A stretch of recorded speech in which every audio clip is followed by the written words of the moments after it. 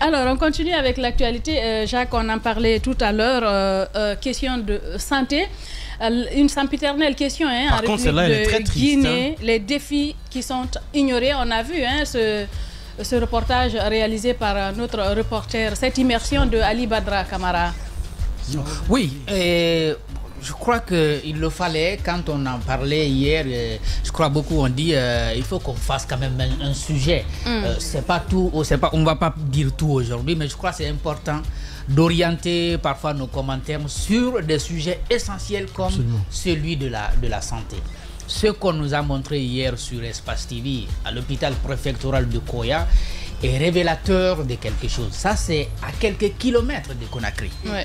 Imaginez, 50 km de Conakry. Et imaginez ce qui peut se passer non, mais là, dans les préfectures encore reculées. Là, tu me tends la perche. Lola, tu me tends la perche, Jacques, ce n'est pas pour te couper. Oui. Pas plus tard qu'hier, Madame Yoro parlait du fameux couloir de santé qu'on devrait ouvrir lors de la fête de l'indépendance. C'est vrai qu'on a tous bondi sur toi, mais tu avais raison. Parce que finalement, nous-mêmes, hier, ce matin, j'étais obligé de quitter dans ce studio parce que j'ai la tante à ma femme qui est décédée par suite d'une maladie à l'hôpital Ignace Dine. Qu'est-ce qui se passe? Elle tombe malade à la maison. On la prend pour l'amener à l'hôpital. Ils y sont arrivés, hein, mais avec beaucoup de négociations, tracasseries, etc., avant d'arriver. Voilà, avant d'arriver, avec beaucoup de retard à l'hôpital. Elle décède la nuit. Ce matin, on se réveille. On nous appelle de Zérékoré pour nous dire qu'il y a un neveu à ma femme qui a fait un accident. C'était un conducteur de moto. Donc ils se sont pris nez à nez avec une autre moto et sûrement ils ont eu des chocs crâniens. Choc crânien, sûrement on parle d'hémorragie interne là dans le crâne ou en tout cas quelque chose qui se passe pas. Qu'est-ce qu'on va nous raconter? C'est qu'on sera obligé de transporter les jeunes ou le jeune de Zérékoré jusqu'à Conakry. Ah oui, s'il n'y a pas de structure. Mais pour un accident? Quel accident? Oui, d'accord. Fut-il grave? Non, mais fut-il grave? Cela pose le problème de la question des centres de santé et des hôpitaux. Des équipements dans les régions. Comment encore en ce siècle, on peut transporter un malade 700 km dans une ambulance et 1000 km dans une ambulance dans laquelle il faut le ventiler avec je ne sais quoi, des papiers, éventail, il faut ventiler. De Zérékoré jusqu'à Conakry. Les conditions de route sont connues. On sait comment les gens sont formés mal formés à manipuler les malades. Oui, parce que je pense qu'on devrait dispenser des cours de secours. De secours, les malades. Il n'y a pas de cours de secours. Donc, quand il y a un accident, le plus souvent, on ne sait pas comment prendre le malade. Et quand vous ne savez pas vous y prendre, le mieux, c'est de ne pas le toucher. C'est pour ça qu'il faut se fustiger de ne pas encore comprendre que le fameux programme de construction d'hôpitaux dans nos régions ne soit pas encore lancé, ou j'ai pas encore vu de mur, ou il ne serait-ce que l'existant qui est là, il faut les équiper, Madame Yoro, quand même. Il faut les équiper. C'est ce qu'on demande. Ça, je ne peux pas comprendre. C'est pour ça que la dernière fois, je me suis dit, le budget de 4% du ministère de la Santé, c'est pas un but, c'est impossible. C'est pas possible.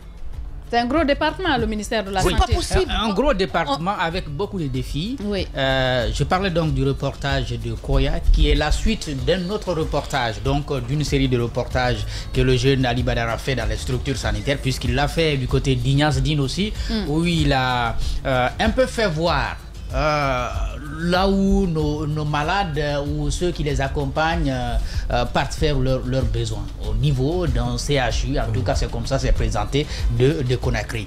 Ça fait un tollé. Et ça, c'est la suite de ce reportage. Mais je crois que du côté de Koya, c'est encore beaucoup plus grave. Vous allez le comprendre, hein. Je pense que si la régie est avec nous, on va plutôt partir avec l'élément et nous reviendrons commenter juste derrière. À l'hôpital préfectoral de Koya, aucun appareil d'anesthésie et de réanimation, y compris des médecins anesthésistes et réanimateurs. Et cela depuis des mois. Ici, les médecins font l'anesthésie générale qui consiste à injecter la kétamine au patient, l'endormir avant de l'opérer. Une pratique d'une autre époque. Pour les patients en état de choc, le risque de les perdre pendant l'opération est énorme. Dans les blocs opératoires, rien ne répond aux normes sanitaires standards, avec une table opératoire complètement vétuste, rouillée par le sang humain après des centaines d'interventions. À la place du champ, un ensemble d'équipements qui couvrent le patient pendant l'opération. Ce plastique est le seul utilisé pour tous les patients dans ce bloc opératoire. À l'hôpital préfectoral de Koya, une boîte chirurgicale incomplète et des matériels rouillés. Les outils sont les mêmes qui sont utilisés pendant les césariennes. Ici, en plus du manque des boîtes chirurgicales, l'hôpital qui pourtant pratique plus de 800 césariennes chaque 6 mois n'a aucun appareil autoclave qui sert à stériliser les matériels après l'opération. Les médecins se débrouillent avec l'eau des abeilles pour nettoyer les quelques matériels du bloc opératoire. Pourtant, le chlore peut cancériser, voire provoquer la perforation éventuelle chez un patient, selon les spécialistes.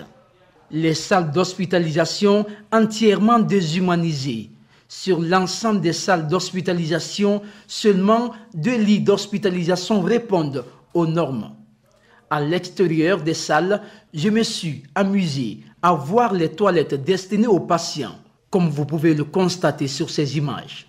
Des patients et gardes-patients sont obligés d'y passer, malgré les mauvaises conditions d'hygiène. À l'hôpital préfectoral de Koya, la pharmacie est en rupture de kits césariens. Elle fonctionne en dépôt-vente. Tous les kits césariens s'achètent pour une opération supposée être gratuite. Ici, au moins 45 médecins travaillent volontairement sans aucune prime, suivi des centaines de stagiaires qui travaillent depuis des années. Selon les informations, l'hôpital préfectoral de Koya mobilise plus de 40 millions chaque mois, une recette à laquelle s'ajoute la subvention.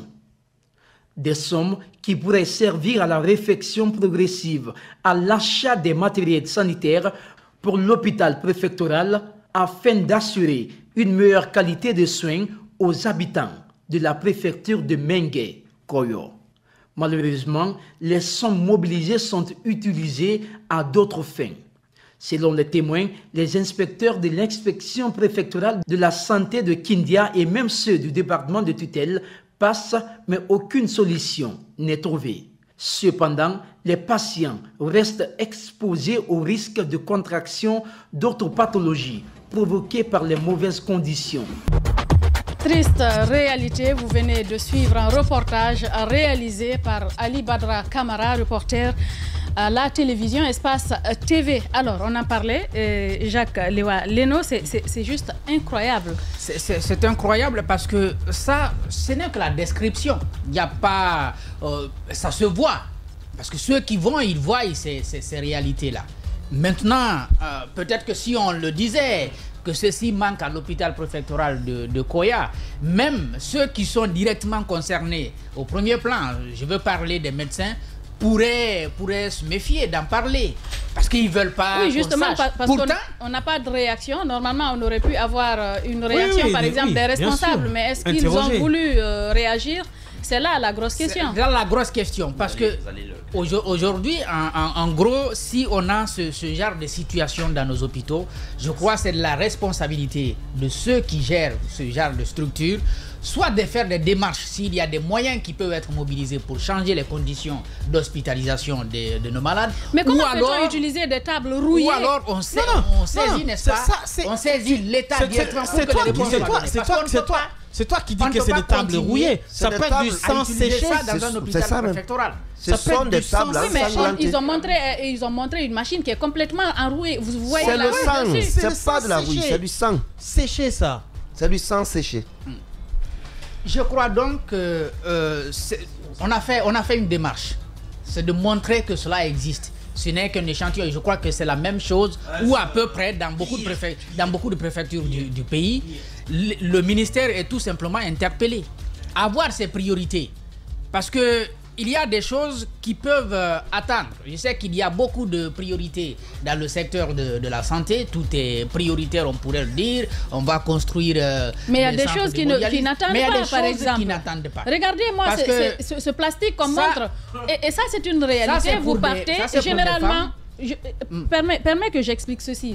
Les femmes les plus, je veux dire, les plus matures, les plus, celles qui se connaissent beaucoup plus quand elles partent pour accoucher, partent avec leur propre couverture, justement pour éviter de se retrouver sur un tel plastique. Regardez ça. Oui, mais déjà la table d'opération. On vous parle d'une table d'opération, soit rouillée ou avec du sang séché. Et c'est avec la poudre de Javel qu'on stérilise. Déjà, la rouille, c'est un danger pour un opéré. Rien que la rouille. Si le matériel est rouillé, c'est un danger parce qu'on parle de l'intérieur du corps, là. Là, nous avons des instruments complètement inadaptés. Bon, le lit, ça, c'est du luxe, apparemment, parce que c'est vraiment... Pour là-bas. Oui, pour là-bas, apparemment, parce que rien qu'avoir la table d'opération, déjà, tu viens, mieux vaut mourir à la rentrée que... On vient pour se soigner, mais on risque de repartir avec d'autres maladies. Sans parler des toilettes. Toi, tu vas pour un palu et puis tu vas faire tes toilettes, excusez-moi les femmes, dans une latrine pareille, tu sors avec des infections. Donc ça veut dire quoi? Tu vas pour te soigner, tu en sors avec une autre maladie qui va se développer dans quelques jours. Vous vous souvenez quand même que c'est au même hôpital de Koya qu'une femme a accouché à même le sol. Oui, au même hôpital, on en a parlé ici. Elle a accouché à même le sol et ça, c'était devant l'hôpital. Ah oui, ça s'est passé là-bas, mais aussi du côté de Niasdine, même à Conakry ici, par deux fois où on voit des femmes qui accouchent à même le sol, justement parce qu'il n'y a pas eu de prise en charge rapide, justement. Je crois, parce que j'étais en train de le dire, il faut que le ministère revoie ses priorités. Il y a des choses qui peuvent attendre.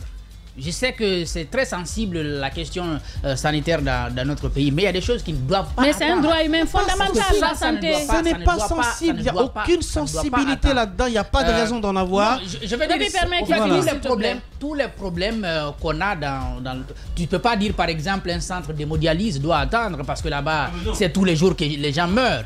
Tu ne peux pas dire les projets de construction des centres, des hôpitaux régionaux doit attendre parce que là aussi il faut mais même si la construction qui existe déjà, la construction c'est une question de temps. Mais il faut équiper ce qui existe.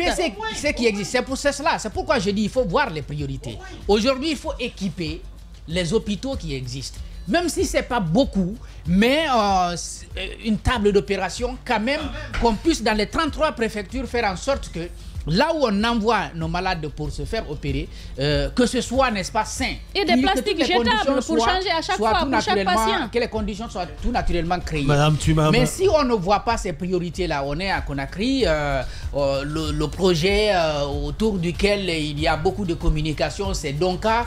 Or, tout le monde ne peut pas aller à Donka. Tout le monde ne doit même pas aller à Donka parce qu'il y a la question de la distance. Et puis, c'est quand même beaucoup de risques à prendre de traverser toutes ces distances de la Basse-Côte, mais aussi de la Haute-Guinée, de la Moyenne-Guinée pour venir ici à l'hôpital Donka. Il va falloir créer des conditions à l'intérieur du pays.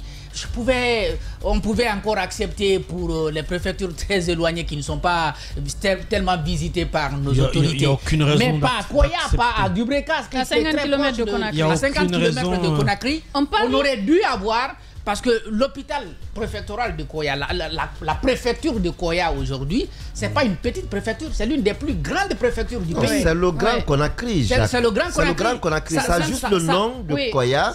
Ça ne peut être qu'une commune. Ça part de Kountia jusqu'à comment on appelle ça, jusqu'à Kakoulimaya, et ça c'est une population importante.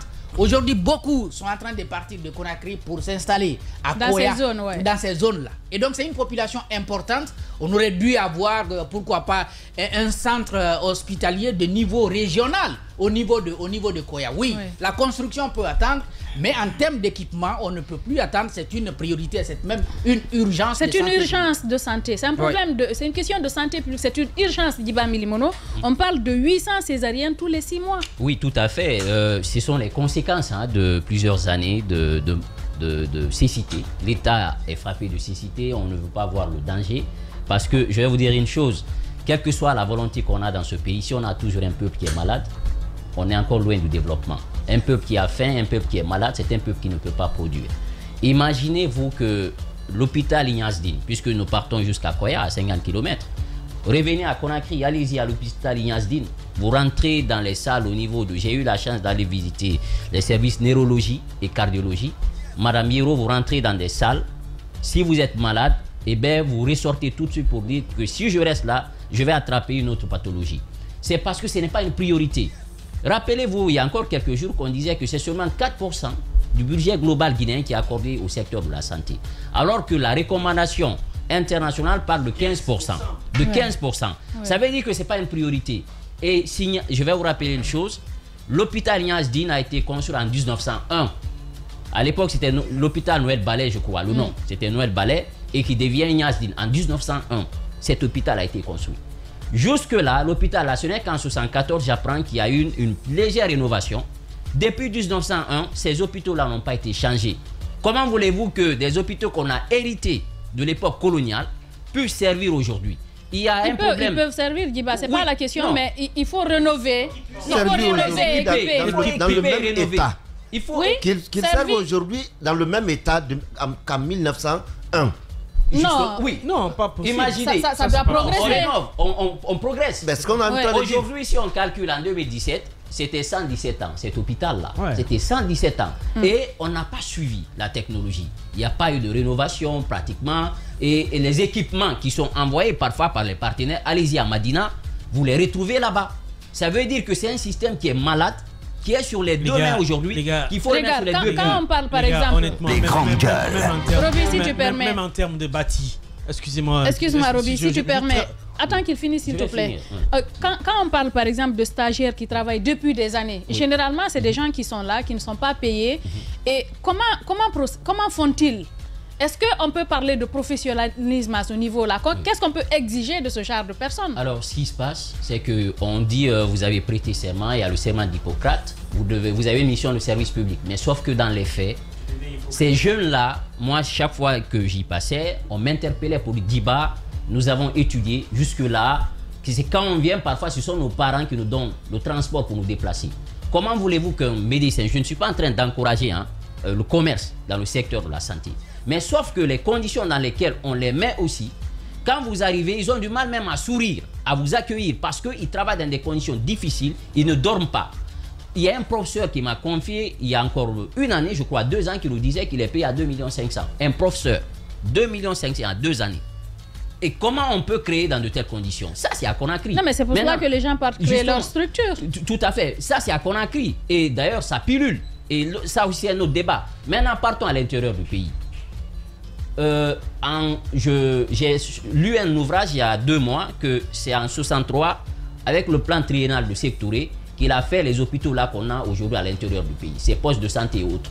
Donc toujours il y a eu, en fait on s'est figé, on est resté bloqué dans l'espace et dans le temps. Ceux qui sont venus après n'ont pas suivi cette dynamique que la Première République a enclenchée. Donc vous partez dans des zones où il n'y a pas de spécialité.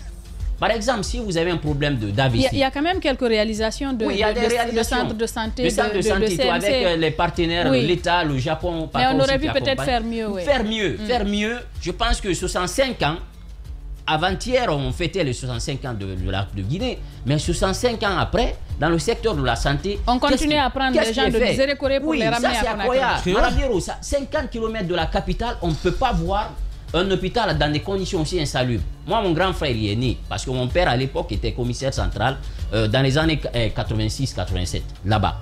Donc, je connais bien Koya, et voir cet hôpital à l'époque qui faisait la fierté, parce que les habitants qui étaient Forikaria, Mafereya, qui viennent jusqu'à Koya Centre là-bas pour le traitement. Aujourd'hui, voir cet hôpital comme ça, c'est déplorable. J'ai connu des médecins brillants, qualifiés qui y travaillaient. On vous parle de 800 césariennes dans un mois. C'est-à-dire aujourd'hui, on banalise. Non, en 6 mois. En 6 mois, voilà. En 6 mois. 800, c'est quand même c'est trop. Un record. C'est trop. Ça veut dire que qui convient maintenant,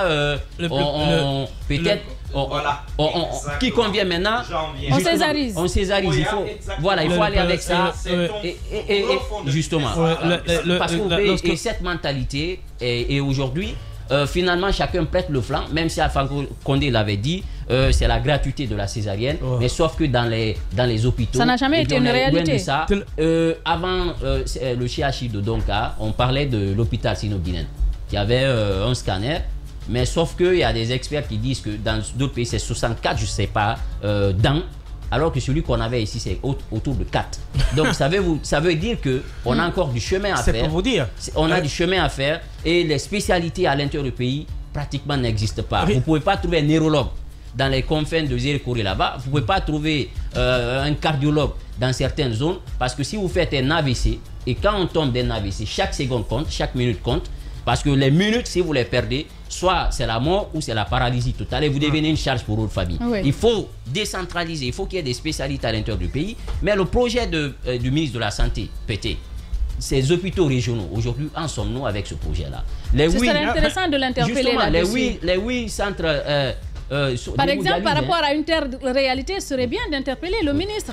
Voilà, les 8 centres d'hémodialyse là, Conakry, j'ai appris que les 8 régions, chaque région allait abriter un centre. Aujourd'hui, en sommes-nous avec ce projet-là? C'est silence total. Maintenant, après, il y a aussi les projets, par exemple, de spécialité. Je crois, aujourd'hui, c'est un secteur qui est sur les deux mains, qu'il faut remettre sur les deux pieds. Mais ça, il faut beaucoup de volonté. Oui. Avec 4%, ça veut dire tout simplement, ce n'est pas une priorité. Et le secteur public est déliquescent.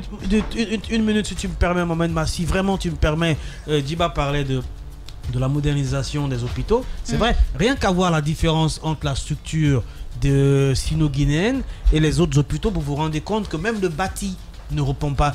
L'hôpital de Ignace-Dine a été construit au temps Mathusalem. Aujourd'hui, les hôpitaux demandent une certaine technologie. Est-ce que les bâtiments que vous voyez là ont été préparés à accueillir ces technologies-là? Non. Donc et même des adaptations par rapport, par exemple, absolument, aux personnes qui ne peuvent pas escalader. Les personnes à mobilité réduite, par exemple. Les escaliers. Oui. D'ailleurs, ce sujet va venir un jour parce que même sur les passerelles qu'on est en train de faire, ce sont les personnes qui sont complètement oubliées sur ce côté-là. Ils s'en sont pleins.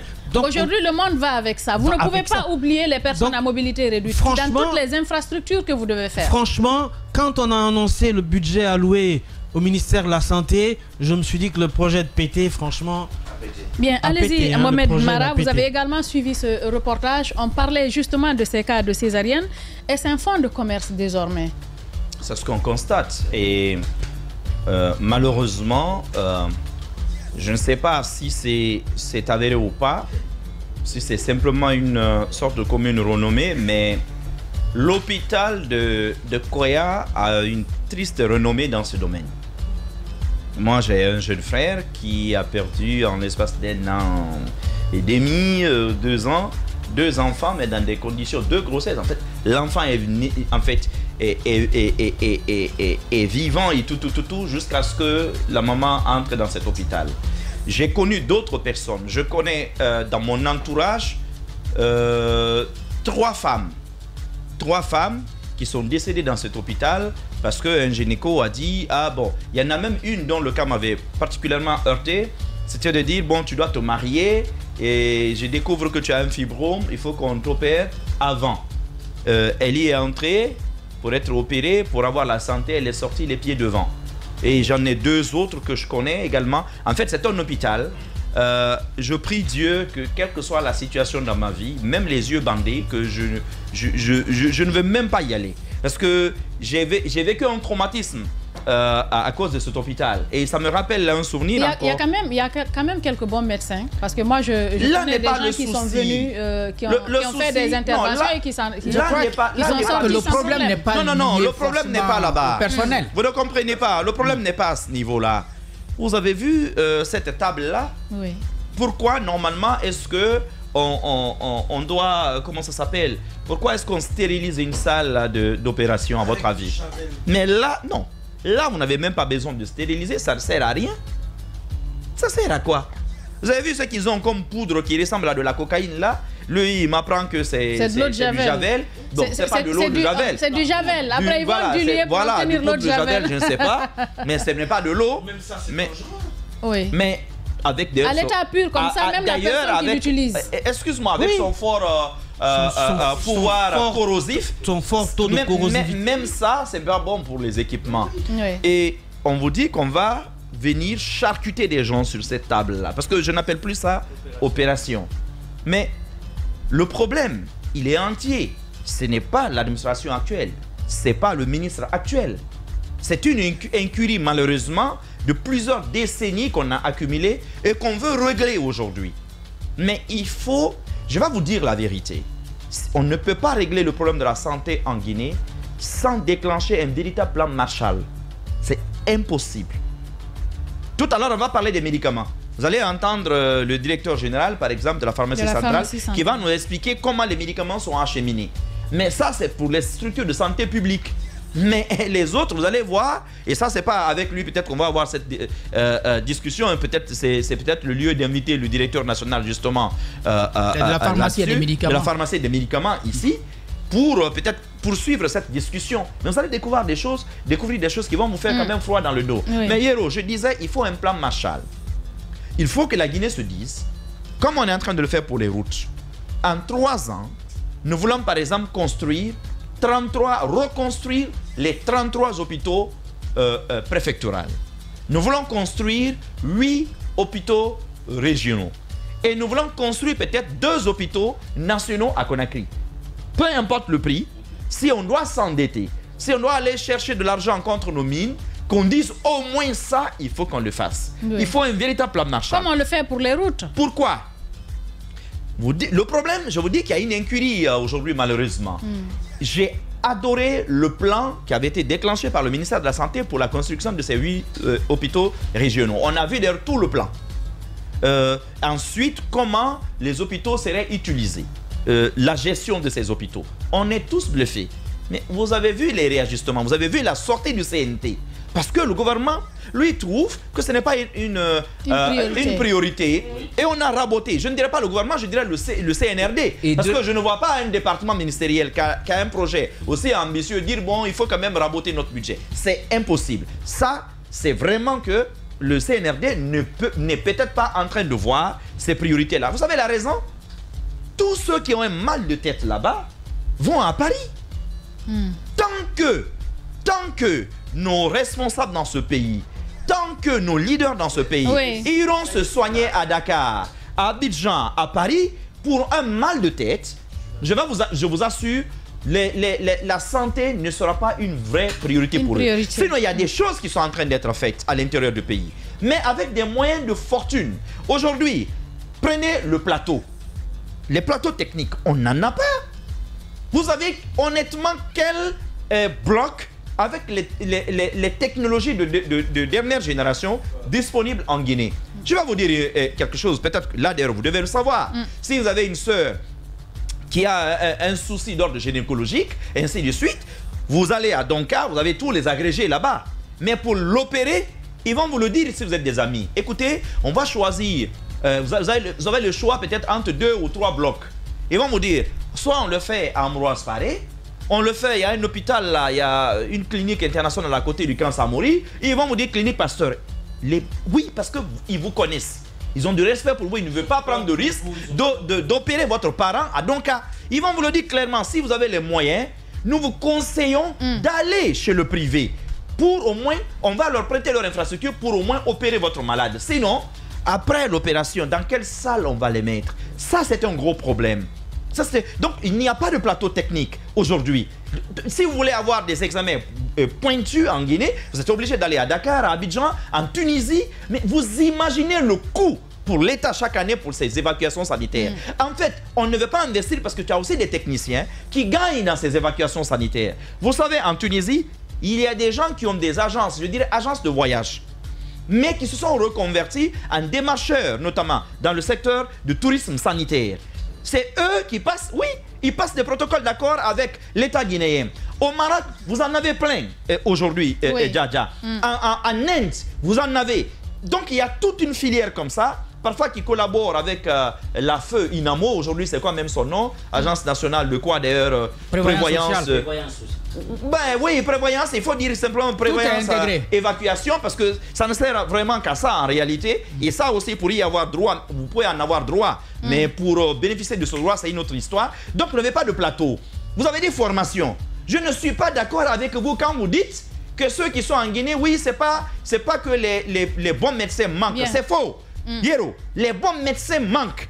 Ils sont une poignée, les vrais spécialistes qui sont bons, ils sont une poignée aujourd'hui. Non, ce que je veux te dire, ils sont une poignée aujourd'hui à accepter de rester au pays. C'est ça la vérité. Beaucoup d'entre eux sont en train de partir. Beaucoup d'entre eux. Tu viens de dire qu'un professeur agrégé en médecine, peut-être même un maître de conférence, te dit qu'il est payé à 250 €. Il y a 2 années. Non, il te dit qu'il y a 2 ans qu'il était payé à 250 €. Nous sommes dans quel pays, Yero? Il me dit, vous si parlez... vous avez suivi cette activité, l'Allemagne va accueillir des médecins professionnels. J'ai une amie qui a quitté ici pour aller faire une spécialisation à Abidjan. Vous comprenez? Elle y est restée 2 ans et quelques. Vous savez quoi? Elle n'est pas revenue. Elle a préféré s'y installer parce que les cliniques de ce côté s'occupent mieux. Et je trouve que ces jeunes-là ont raison. Il y en a plein qui sortent avec des doctorats d'État, des professorats, ainsi de suite. Ils préfèrent aller exercer ailleurs. Ceux qui ont le courage de venir ici, c'est ceux-là qui, par leurs propres moyens, ou avec l'aide des parents, peuvent s'acheter des équipements. Ils viendront ici louer un immeuble ou quelque part pour créer ce qu'ils appellent une clinique. Donc, le personnel également manque. Mais notre gros problème, c'est quoi? Mais c'est lié aussi au manque de plateau. Est-ce qu'en Guinée, le diagnostic, vous avez suivi le gros problème de diagnostic? Je connais des gars ici, on leur dit en Guinée, écoute, tu souffres de glaucome. Le mec, on va lui prescrire des collyres qu'il met dans ses yeux pendant 1 an pour faire baisser la tension oculaire. Et quand il va en France, on regarde, on passe toute une batterie de tests, on vous dit, monsieur, vous n'avez jamais eu cette maladie-là. Ou vous n'avez jamais eu cette maladie-là. Oui. Vous comprenez? Pourquoi? Parce que le diagnostic... Des erreurs de diagnostic, de faux diagnostic. Oui, mais il ne suffit pas. En fait, la connaissance du médecin ne suffit pas. Le médecin a besoin d'instruments pour pousser plus loin. Ces instruments n'existent pas. Si d'ailleurs on n'avait pas la chance d'avoir quelques médecins de renom qui se sont battus parfois avec des collègues étrangers et en vue d'obtenir, comme on appelle ça, des instruments, quelques matériels et venir créer leur clinique ici, hey, les gens ils mourraient ici comme des mouches. Mais eux aussi, pour aller dans ces structures de santé, combien de Guinéens peuvent prétendre à accéder à ces... Donc, tu as ce problème de formation. Bien. Quel est le plan? Je vais aussi poser cette dernière question peut-être. Quel est le plan au ministère de la Santé pour la formation des médecins par an?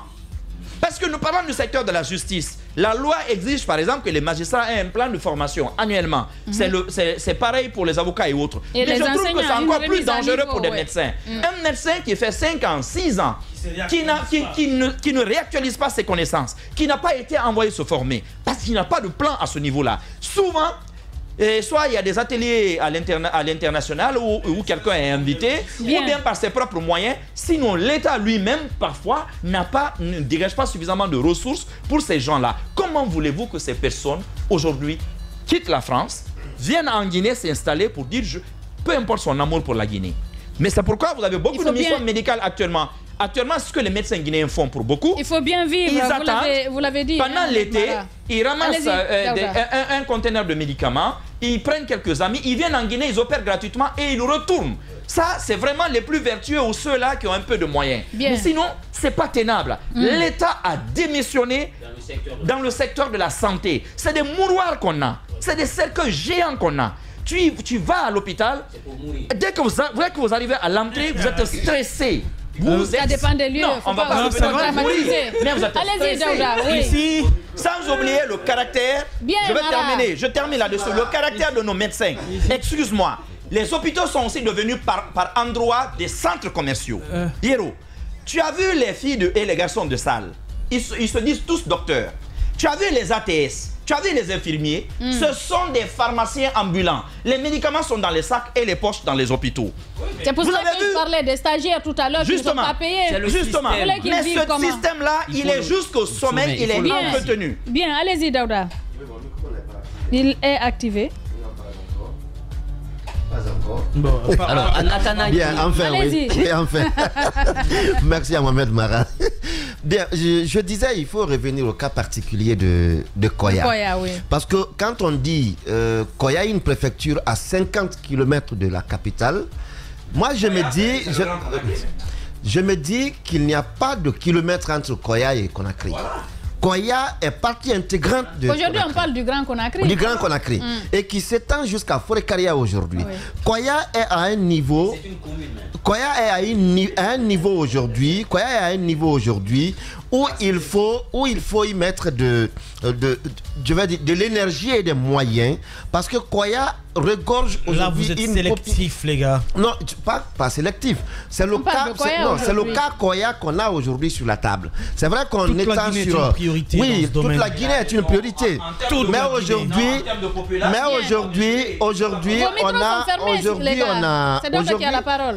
on a fait un focus sur l'hôpital préfectoral de Koya. Oui. On sait ce qui se passe dans les autres hôpitaux. Si on parle de Ignace Dine, on parle de Gekedou, on parle de Kankan, on parle de partout. C'est parce qu'on y a fait un tour. Mais le focus aujourd'hui, c'est Koya. C'est pourquoi j'accentue mon intervention sur Koya. C'est pourquoi j'accentue mon intervention sur Koya. Et à dire vrai, il y a lieu aujourd'hui de s'interroger sur pourquoi Koya se retrouve aujourd'hui dans cet état.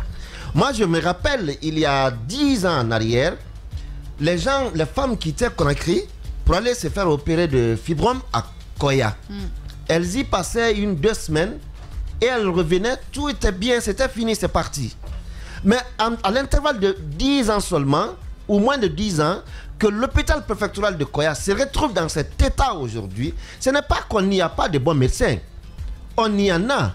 Mais est-ce que le médecin, c'est seulement sa connaissance? Non. C'est le matériel qui lui permet de travailler. Mais s'il n'en a pas, avec ce qu'on a vu là, je ne sais pas s'il faut l'appeler boucherie ou mouroir, mais ce n'est pas un médecin, quelle que soit l'école de laquelle vous êtes sorti, vous ne pouvez pas être médecin dans cet état. Vous ne pouvez être que là, quelqu'un qui est présent et puis voilà, qui constate les morts qui passent sous ses yeux. Et aujourd'hui, qu'on dise que en pleine capitale, qu'on ait un hôpital dans cet état. C'est incroyable ce qu'on voit. On n'avait même pas besoin de commentaires du journaliste ici, mais rien qu'à voir les images sont éloquemment présentées et ça nous dit beaucoup sur l'État. Elle parle d'elle-même. Et aujourd'hui, je crois le ministre de la Santé ne dira pas quand même qu'il peut faire un mois sans séjourner au moins une fois à Koya. Parce que tous les séminaires s'y tiennent. En tout cas, pratiquement tous les séminaires s'y tiennent. Et il y a des séminaires auxquels le ministre peut être invité ou le secrétaire général, en tout cas un cadre du département peut être invité. Bien. Et ça nous amène à nous poser la question. Parce que c'est ce que je disais une fois. C'est dans les bouilloires qu'il y a. On a l'impression par moment on a l'impression parfois dans ce pays que nos cadres sortent du pays mais n'ouvrent pas les yeux lorsqu'ils sont dehors. Mais ils ouvrent bien les yeux, Daouda. Non, c'est ce que je dis. Ils ouvrent gros les yeux. Je me dis qu'ils n'ouvrent pas les yeux. Pourquoi je dis ils n'ouvrent pas les yeux? Ils voient très bien ce qui se passe. Voilà, merci, vous arrivez. On peut ouvrir les yeux sans voir. Parce que lorsqu'on ne veut pas voir, on ne verra pas. Ouais.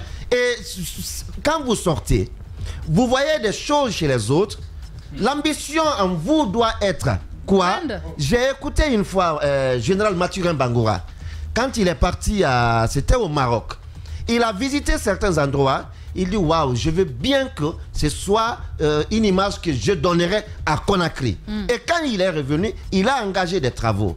Mais il a été bloqué net. C'est la même chose qui doit animer aujourd'hui. Mais voilà quelqu'un qui est plein d'initiatives. Plein d'initiatives. C'est ça qui doit aujourd'hui animer chacun de nous. Lorsque nous sortons, nous voyons, revenons avec l'ambition de vouloir faire comme les autres. Et là, on y mettra les forces et les moyens qu'il faut pour y aller. Mais lorsqu'on ferme les yeux, vous parliez de ces médicaments, de ces équipements qui se retrouvent à Madina, parce que c'est bien d'équiper, mais il faut aussi auditer, savoir qu'est-ce qu'on en fait. Les médicaments qui viennent, par exemple les stérilisants, les gants et autres, vous partez à Madina, aujourd'hui, vous retrouvez ce matériel sur le marché. Parce que, comme il a dit, les hôpitaux... À Madina, avant, Madina, ça ne vend plus de médicaments. Oui, ça ne vend plus. Officiellement. Mais officiellement. On va en parler tout à l'heure. On est dans la clandestinité. Aujourd'hui, c'est dans la clandestinité. C'est vrai, il disait que les hôpitaux sont devenus des mouroirs, mais aussi les médecins sont devenus en d'autres des commerçants. Et 2019... il y a un médecin qui vient de m'écrire que 2019, le budget accordé à la santé était de 8,2%.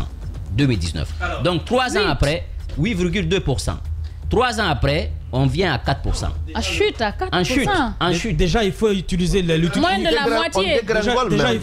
Déjà, on arrive à un niveau où il faut interroger l'utilisation des 8,8%. Justement, parce que le résultat, résultat en 2019, c'était le budget, non, mais même si ça ne suffit du pas, ministère de la Santé. On aurait pu voir les réalisations qu'on a fait avec les 8% du budget.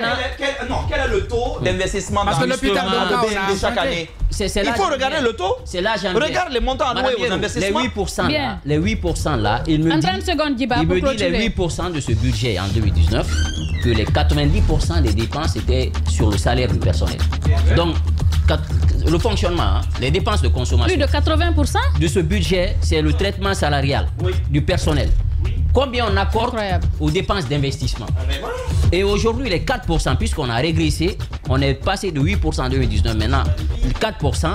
Combien aujourd'hui, vu que le nombre a grossi entre-temps, combien on accorde aux dépenses de consommation, les salaires, et combien va revenir à l'investissement? On ne parlera plus d'investissement. De fonctionnement, voilà. Je pense qu'il faut que voilà, je pense qu'on est contraint, on est obligé d'aller à la pause. Malheureusement, grosse question, la question de santé. Évidemment, nous continuerons avec ce sujet. À la reprise, bien évidemment, nous partirons du côté de Cancan pour parler de ce décès qui fait polémique. Bienvenue chez les Grandes Gueules, si c'est maintenant que vous nous rejoignez.